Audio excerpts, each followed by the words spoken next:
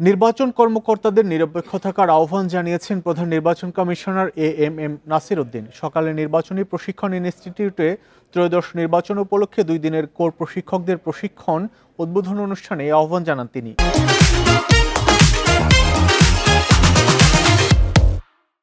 প্রধান নির্বাচন কমিশনার বলেন, ইসিকে এখন সামাজিক যোগাযোগ মাধ্যম এআই এর মতো নিত্য নতুন চ্যালেঞ্জ মোকাবেলা করতে হচ্ছে।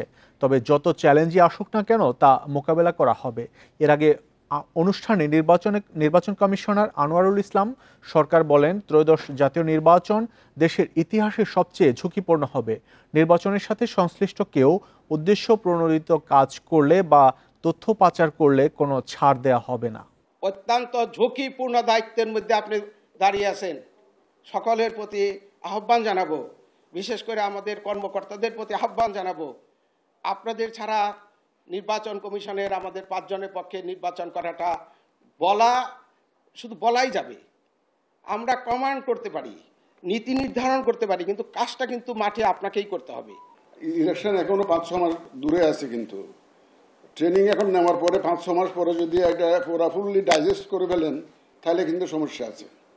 সুতরাং ট্রেনিংয়ের যা শিখবেন, নোট নেবেন এবং কারেক্টলি যাতে ডিসিমিনেট করতে পারেন, কমিউনিকেশন যাতে ব্রেকডাউন না হয়। এ নিয়ে আরও জানবো, রাজধানীর আগারগাঁও নির্বাচন ভবন থেকে যোগ দিচ্ছেন সহকর্মী মাহফুজা রহমান মিলন। আমরা দেখলাম যে সবচেয়ে ঝুঁকিপূর্ণ নির্বাচন হবে, এটি নির্বাচন কমিশনার বলেছেন। এছাড়া আজকের অনুষ্ঠানে যারা প্রশিক্ষণ নিতে এসেছেন তাদেরকে কি কি দিক নির্দেশনা দেওয়া হয়েছে? দেখুন, নির্বাচনী ইনস্টিটিউটে আজকে 2 দিনের একটি প্রশিক্ষণের আয়োজন করেছে নির্বাচন কমিশন।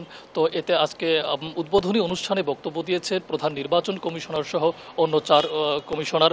তো এতে প্রধান নির্বাচন কমিশনার প্রশিক্ষণার্থীদের একটি গুরুত্বপূর্ণ বার্তা দিয়েছেন। তিনি বলেছেন তারা যেন নির্বাচনের সময় নিরপেক্ষতা বজায় রেখে কাজ করেন এবং নতুন নতুন যে চ্যালেঞ্জগুলো আসতেছে, যেমন এআই থেকে শুরু করে সোশ্যাল মিডিয়াতে যে চ্যালেঞ্জগুলো আসতেছে সেগুলো যেন তারা মোকাবিলা করতে পারে এবং সেজন্য সবাইকে সজাগ থাকার জন্য তিনি আহ্বান জানিয়েছেন। এছাড়া আজকে নির্বাচন কমিশনার আনোয়ারুল ইসলাম সরকার সবথেকে গুরুত্বপূর্ণ কথাগুলো তিনি বলেছেন যে এই নির্বাচন ত্রয়োদশ জাতীয় নির্বাচন হবে ইতিহাসের সবথেকে ঝুঁকিপূর্ণ নির্বাচন। তিনি অতীতের নির্বাচন কমিশনারদের ইতিহাস স্মরণ করিয়ে বলেন যে অতীতের অনেক নির্বাচন কমিশনার এখন জেল হাজতে বন্দী, কারো গলায় এখন জুতার মালা ঝুলছে। তো এই লজ্জা শুধু তাদের একার নয়, এই লজ্জা সবার, সকল নির্বাচনী কর্মকর্তার। তো সেই কথা স্মরণ করিয়ে তিনি সবাইকে সতর্ক করেন, বলেন যে সবাই যেন তাদের কাজগুলো নিরপেক্ষভাবে করে এবং একটি সুষ্ঠু নির্বাচন না করা পর্যন্ত কেউ ঘরে ফিরতে পারবে না বলেও হুঁশিয়ারি দেন তিনি। এবং তিনি এও বলেছেন, আনোয়ারুল ইসলাম সরকার এও বলেছেন যে কোনো ব্যক্তি বা কোনো নির্বাচনী কর্মকর্তা যদি কোনো ধরনের তথ্য পাচার করেন বা কোনো ধরনের দুর্নীতিমূলক কাজে যুক্ত হন তাকে কোনোভাবেই ছাড় দেওয়া হবে না।